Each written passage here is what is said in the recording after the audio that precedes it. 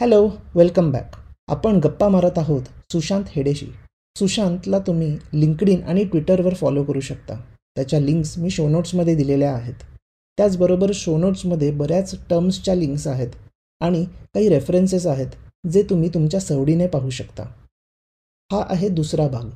पहिल्या भागात आपण ऐकलत की करन्सीचं अप्रिसिएशन आणि डेप्रिसिएशन का होतं आणि त्याचबरोबर आपण ऐकलत की सध्या हा एक्सचेंज रेट 80 जवळ का आहे. या भागात तुम्हाला कळेल की मागच्या 20 वर्षांमध्ये रुपीज आणि डॉलर्सचं रिलेशनशिप काय होतं. त्याचबरोबर इतरही काही इंटरेस्टिंग गोष्टी आम्ही डिस्कस करणार आहोत. जर तुम्ही पहिला भाग ऐकला नसेल तर लगेच तो ऐकून मग हा एपिसोड ऐका.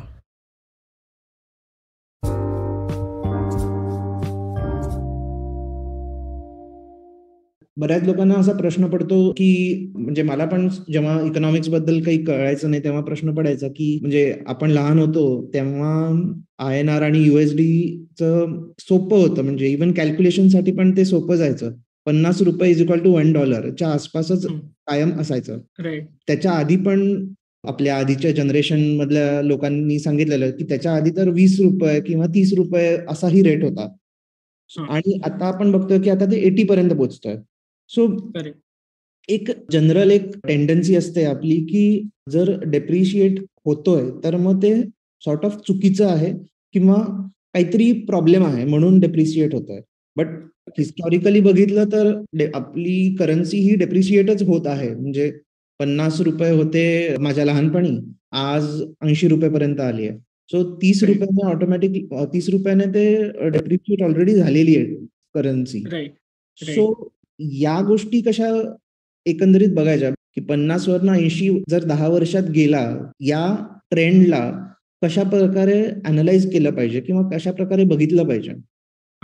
ऍक्च्युली ही थोडीशी म्हणजे डेकेड लॉंग पिरियड घेतलाय आपण, म्हणजे डेकेड पण नाही, 2 डेकेड पर्यंत म्हणजे आपल्याकडे वेळ भरपूर आहे त्यामुळे 2 डेकेडचा वेळ आपल्याकडे नाही बोलायला, but you can go ahead. So ह्याला थोडासा लॉंग प्रोसेस आहे आणि ह्याला आपण फेजेसमध्ये डिवाइड करायला पाहिजे. कारण हे एकच कारण नाहीये ज्याच्यामुळे एवढं डेप्रिसिएशन झालंय आणि स्पेसिफिक पिरियड्सला स्पेसिफिक ट्रिगर पॉइंट्स होते ज्याच्यामुळे ज्या फेजमध्ये खूप जास्त डेप्रिसिएशन झाले. तर फेज म्हणजे कसे 2008 ही जी वेळ होती ग्लोबल फायनान्शियल क्रायसिस, तेव्हा जसं तू म्हटलं की रुपी डॉलरचा एक्सचेंज रेट हा 40च्या आसपास होता. त्या टाइमला ग्लोबल फायनान्शियल क्रायसिसमुळे जसं माहिती आहे US इकॉनॉमीमध्ये खूप जास्त प्रॉब्लेम झाला होता. त्यावेळी फॉरेन इन्व्हेस्टर्स जे होते भारतात, त्यांनी स्टॉक मार्केट्समधनं खूप जास्त पैसे त्यांचे काढून घेतले. आता हे सगळं एक सम सॉर्ट ऑफ भीती होती की काय होणार माझ्या पैशांचं, आणि त्याच्यामुळे त्यांनी सगळे पैसे काढून घेतले. एक जो सेन्सेक्स आहे, बॉम्बे स्टॉक एक्सचेंजचा जो इंडेक्स आहे ज्याच्यात स्टॉक मार्केट इन्व्हेस्टर्स ट्रेडिंग करतात, तो जो इंडेक्स आहे ज्याच्याने कळतं की मार्केट वर जातंय, खाली जातंय, कसं काय, तो जो इंडेक्स आहे तो त्या टाइम पिरियडमध्ये म्हणजे जेव्हा क्रायसिस झालं तेव्हा ऑलमोस्ट 60% घसरला. आणि ह्याचं मेन कारण होतं की जे फॉरेन इन्व्हेस्टर ज्यांनी पैसे गुंतवलेले त्यांनी ऑलमोस्ट $13 बिलियन एवढ्या अमाऊंटचं इन्व्हेस्टमेंट काढून घेतलं होतं. सो ह्याच्यामुळे कसं झालं, जे डॉलरची जी सप्लाय होती इंडियन इकॉनॉमीमध्ये ती कमी झाली आणि US डॉलरची सप्लाय कमी झाली, तेव्हा त्याची व्हॅल्यू वाढली. आता जसं मी एक्सप्लेन केलं, सप्लाय कमी झालं US डॉलर तर त्याचं व्हॅल्यू स्ट्रॉंग झालं. सो ह्याला टेक्निकल थोड्या टर्म्समध्ये ह्याला एक स्पिल ओव्हर इफेक्ट म्हणून इकॉनॉमिस्ट युजली म्हणतात. त्याचं सिंपल एक्सप्लेनेशन एवढं की जेव्हा US इकॉनॉमीमध्ये प्रॉब्लेम झाला, US स्टॉक मार्केटमध्ये प्रॉब्लेम झाला, त्याचा इफेक्ट जो आहे तो दुसऱ्या देशात स्पिल ओव्हर झाला. तर सोप्या भाषेत म्हणजे मी माझ्या घराच्या बाहेर कचरा केला, तर त्याचा जो इफेक्ट होतो तो माझ्या शेजारी आणि त्यांच्या शेजारी असं सगळ्यांना होणार. तर तसं स्पिल ओव्हर इफेक्ट हा इथे पण आपण कन्सिडर करू शकतो की US इकॉनॉमीमध्ये शिवाय स्टॉक मार्केटमध्ये प्रॉब्लेम झाला. सगळ्यांना वाटलं की बाकी कंट्रीजमध्ये पण तसंच काहीतरी होईल आणि त्याच्यामुळे आपण बाकीच्या देशातनं आपले पैसे काढून घेऊ. तसंच भारतामधनं पण पैसे काढले गेले आणि त्याच्यामुळे रुपया त्या टाईमला घसरला. तर तो फर्स्ट फेज होता जेव्हा रुपया 40 वरनं ऑलमोस्ट 50-55च्या आसपास मूव्ह झाला. नेक्स्ट फेज अशी होती जेव्हा जी 2013 मध्ये होती. तो सेकंड ट्रिगर पॉइंट होता. जेव्हा रुपीजची व्हॅल्यू 55 वरनं 69, 70 ह्याच्या आसपास मूव्ह झाली. तर ह्याचं रिझन थोडं वेगळं होतं त्या टाईमला, की तेव्हा यूएस फेडरल रिझर्व्ह, जी सेंट्रल बँक आहे यूएसची, तेव्हा पण त्यांनी डिसाईड केलं, की ते लोकं इंटरेस्ट रेट्स वाढवणार आहे यूएस इकॉनॉमीमध्ये.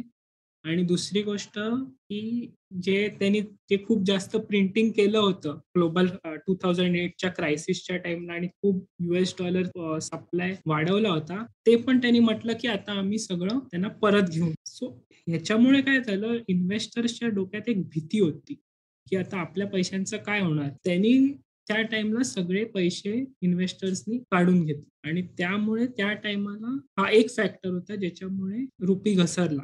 की यूएस फेडरल रिझर्व्हनी अनाउन्स केलं, की आम्ही आमचे इंटरेस्ट रेट्स आता वाढवणार आहे. यूएस इकॉनॉमी चांगली करते परफॉर्म, तर आम्ही आमचे इंटरेस्ट रेट्स आता वाढवतो. आणि हा एक खूप महत्त्वाचा फॅक्टर आहे, जे आताच्या काळात पण तेच झालंय, की 2022 मध्ये सुद्धा जेव्हा अनाउन्समेंट केली, तेव्हापासून यूएस डॉलरची व्हॅल्यू ही वाढत गेली.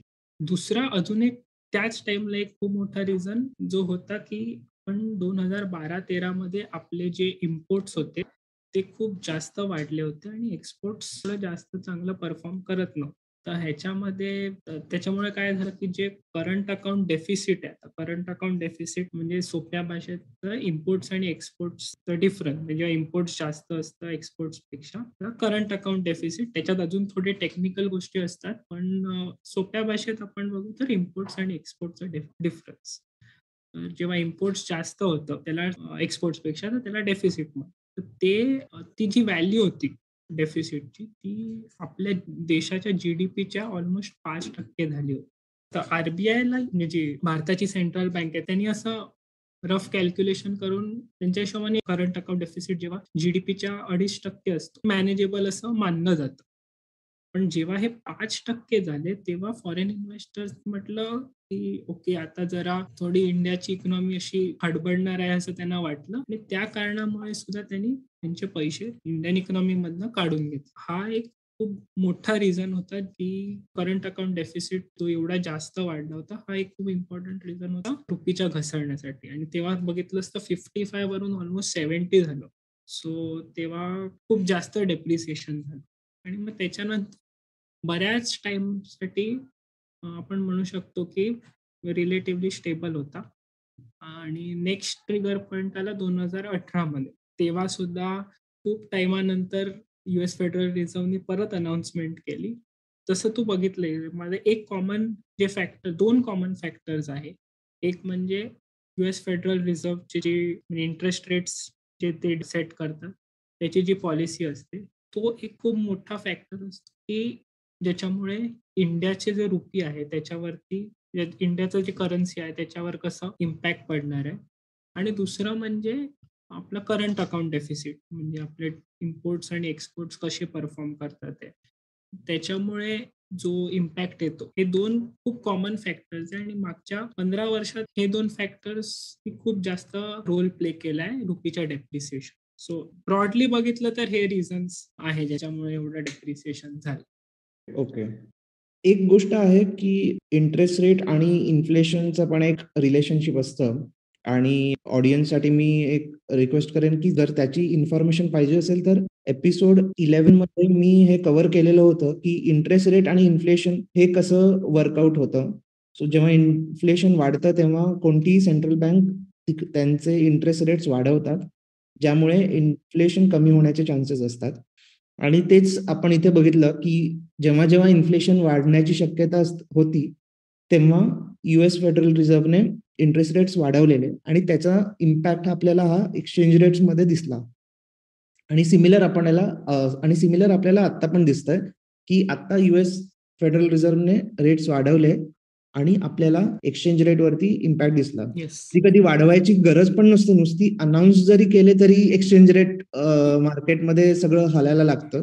But right, right. I think हे मेन कारण आहेत जशी तू सांगितलीस.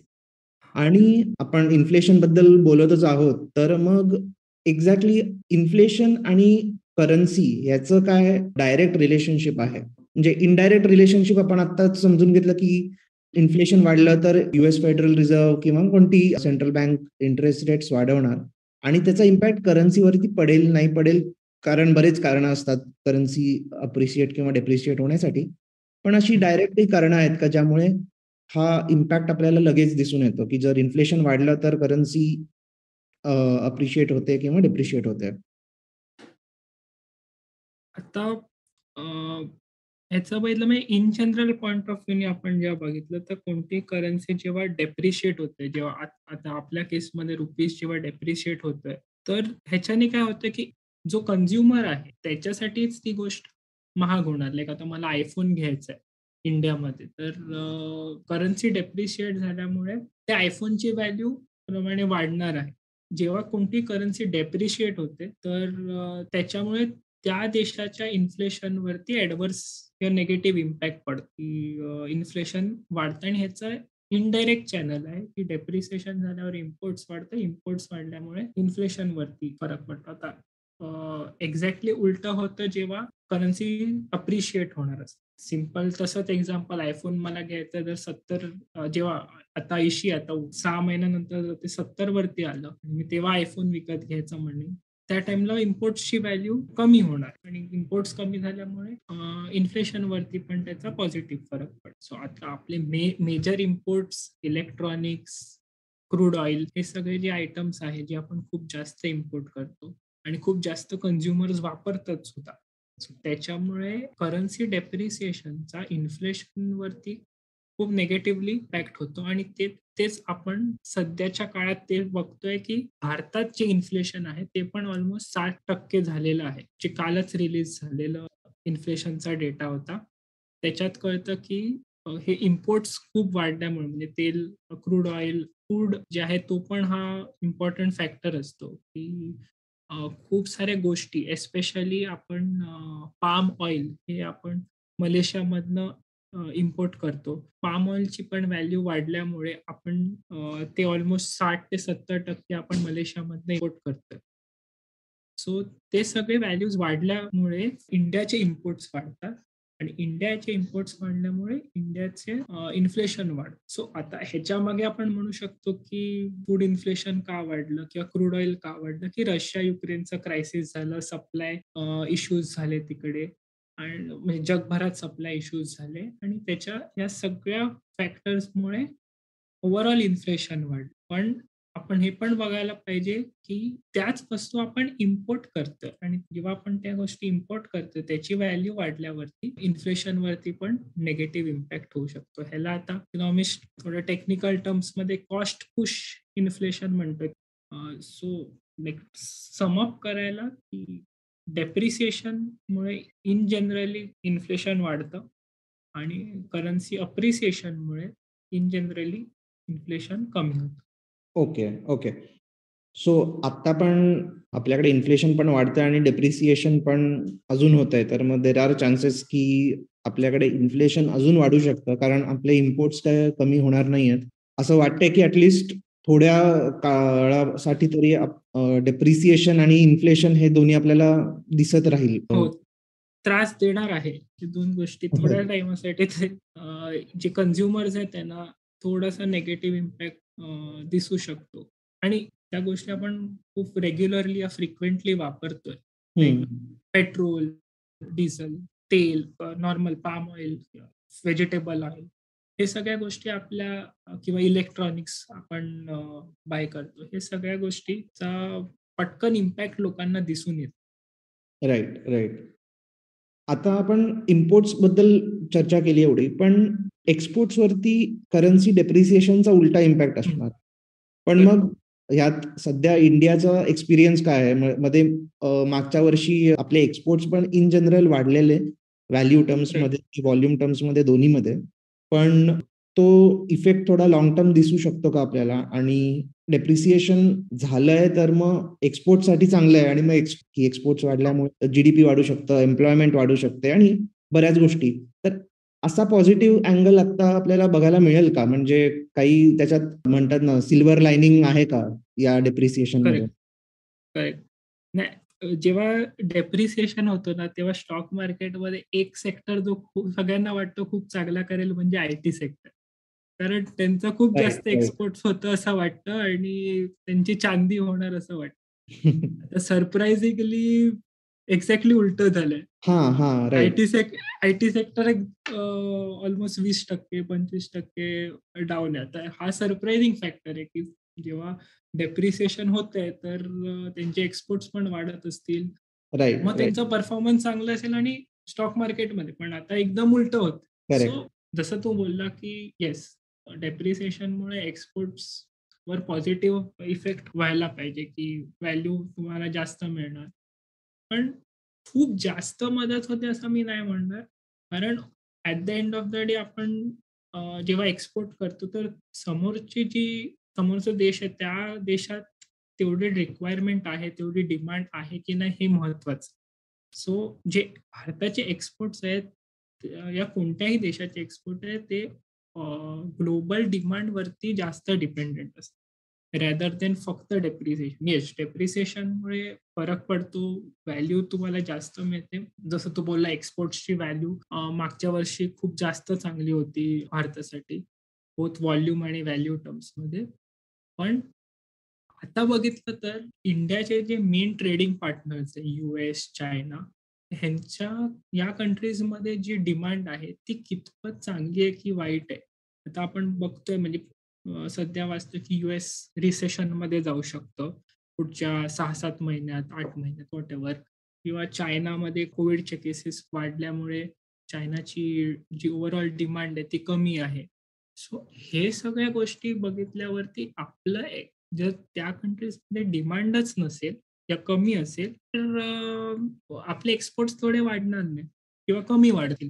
ह्याला इकॉनॉमिक्स टेक्निकल टर्म्समध्ये एक्सपोर्ट्स हे इन्कम इलास्टिक असतात असं युजुअली म्हणतात. तर हे सोप्या भाषेत इन्कम वाढल्यावरती म्हणजे कोणत्याही माणसाचं इन्कम किंवा कुठल्या देशाचं इन्कम वाढल्यामुळे एक्सपोर्ट्सवरती पॉझिटिव्ह इम्पॅक्ट पडला, तर त्याला इन्कम इलास्टिक असं म्हणतो. सो भारताचे एक्सपोर्ट्स हे इन्कम इलास्टिक असल्यामुळे त्याचा डेप्रिसिएशनमुळे कितपत फायदा होईल आपण म्हणू नाही शकतो. सो ओव्हरऑल ग्लोबल इकॉनॉमी जर चांगली करत असेल, तर त्याचा एक्सपोर्ट्सवरती पॉझिटिव्ह इम्पॅक्ट दिसेल. आणि डेप्रिसिएशनमध्ये येस, थोडं-थोडं शॉर्ट टर्ममध्ये दिसू शकतं, बट लार्जली आपण नाही म्हणू शकत की खूप जास्त फरक. Got it, got it. So आपलं इन्फ्लेशन झालं, एक्सपोर्ट झालं, इम्पोर्ट झालं आणि आता आपण एक जनरल इकॉनॉमीवरती डेप्रिसिएशन, अप्रिसिएशन याचा हं. इम्पॅक्ट पडेल, यावरती जरा आपण चर्चा करूया, की लाइक एक्झॅक्टली ठीक आहे, इन्फ्लेशन डेप्रिसिएशन झालं तर इन्फ्लेशन वाढणार आहे, डेप्रिसिएशन झालं तर इम्पोर्ट्स वाढणार आहेत आणि येस. डेप्रिसिएशन झालं तर एक्सपोर्ट्स वाढू शकतात, असं आपण आत्तापर्यंत तरी अॅनलाईज केलेलं आहे. आणि करेक्ट. इम्पोर्ट मायनस एक्सपोर्ट जे करंट अकाउंट डेफिसिट आहे, ती पण वाढेल जर डेप्रिसिएशन वाढली तर. कारण भारत हा मोस्टली इम्पोर्ट डिपेंडंट देश आहे. म्हणजे आपले इम्पोर्ट कायमच एक्सपोर्ट्सपेक्षा जास्त असतात. त्यामुळे करेक्ट. डेप्रिसिएशन आय थिंक कितीही झालं तरी शेवटी आपल्याला नेट इफेक्ट त्याचा निगेटिव्हच असणार आहे. कारण आपल्याला आपले इम्पोर्ट्स हे एक्सपोर्ट्स पेक्षा कायमच जास्त आहेत. So correct. करेक्ट.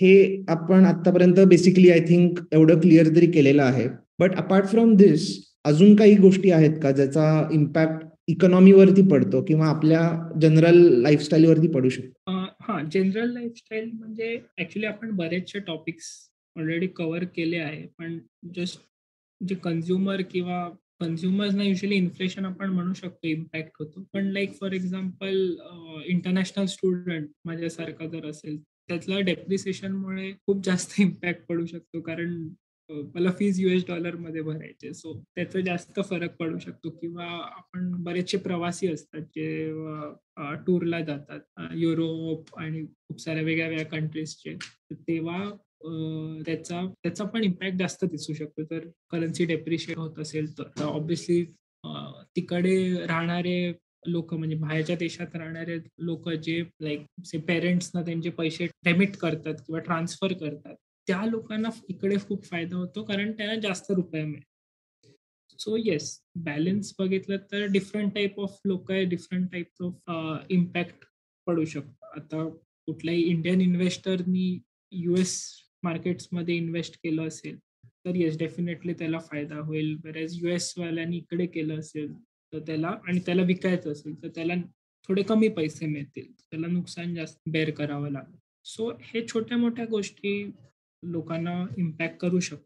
आणि एक महत्वाचा कॉन्सेप्ट जो मी इकडे कुठे कव्हर नाही केला, ते होतं बॅलन्स ऑफ पेमेंट.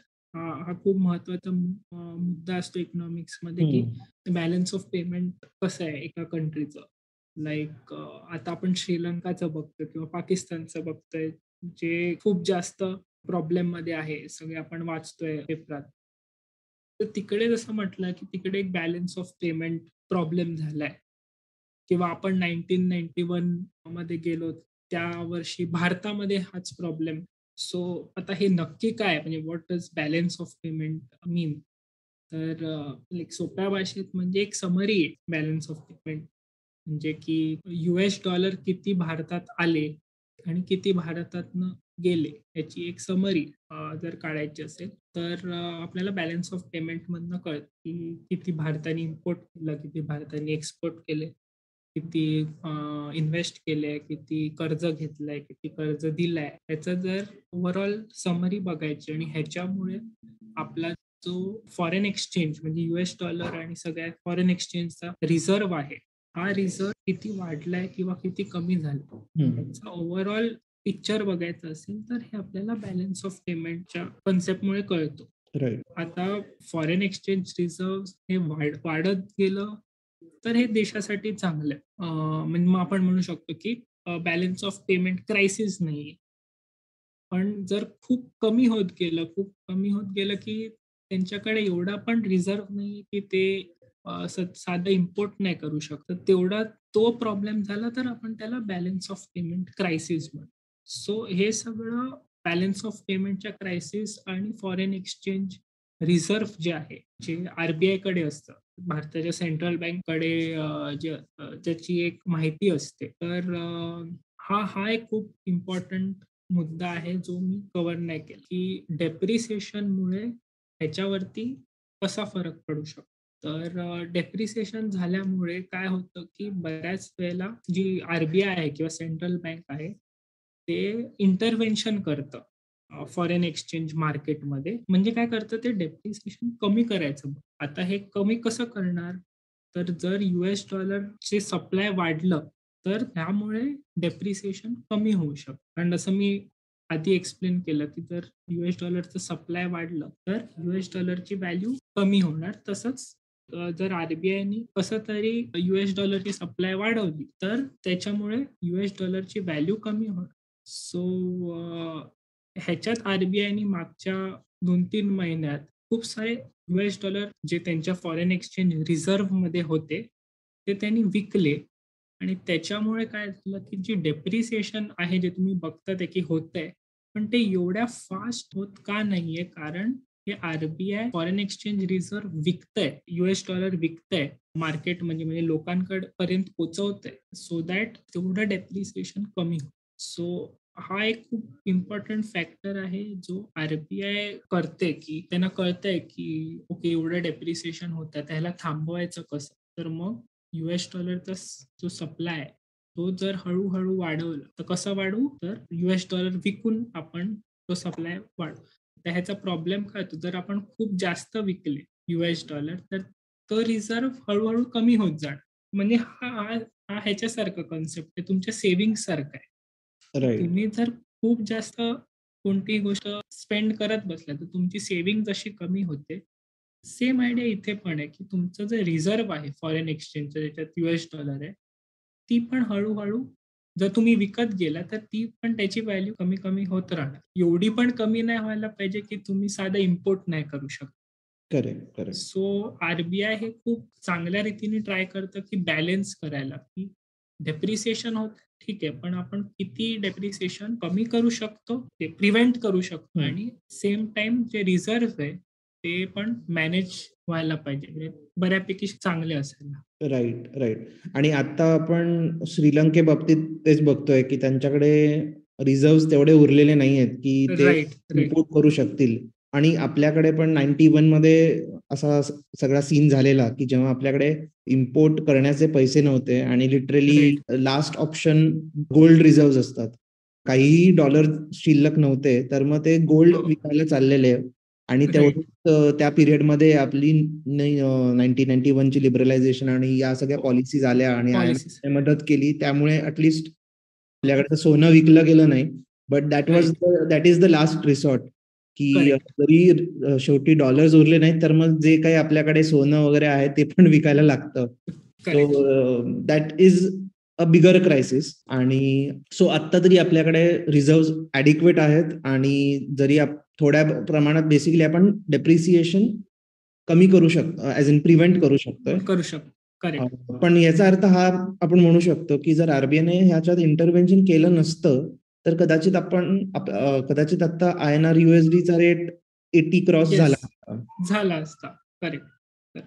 राइट. म्हणजे जे तो सायकॉलॉजिकल बॅरियर आहे तो हां, हां. पार झाला असता असं आपण म्हणू शकतो. Correct, correct. अजूनही सगळे प्रश्न संपलेले नाही आहेत. सो पुढच्या भागात तुम्हाला कळेल की कदाचित इंडियन रुपी एवढा डेप्रिशिएट झालाच नाही आहे. आणि व्हॉट इफ मी तुम्हाला सांगितलं की तो अप्रिशिएट झाला आहे. See you soon in the next episode.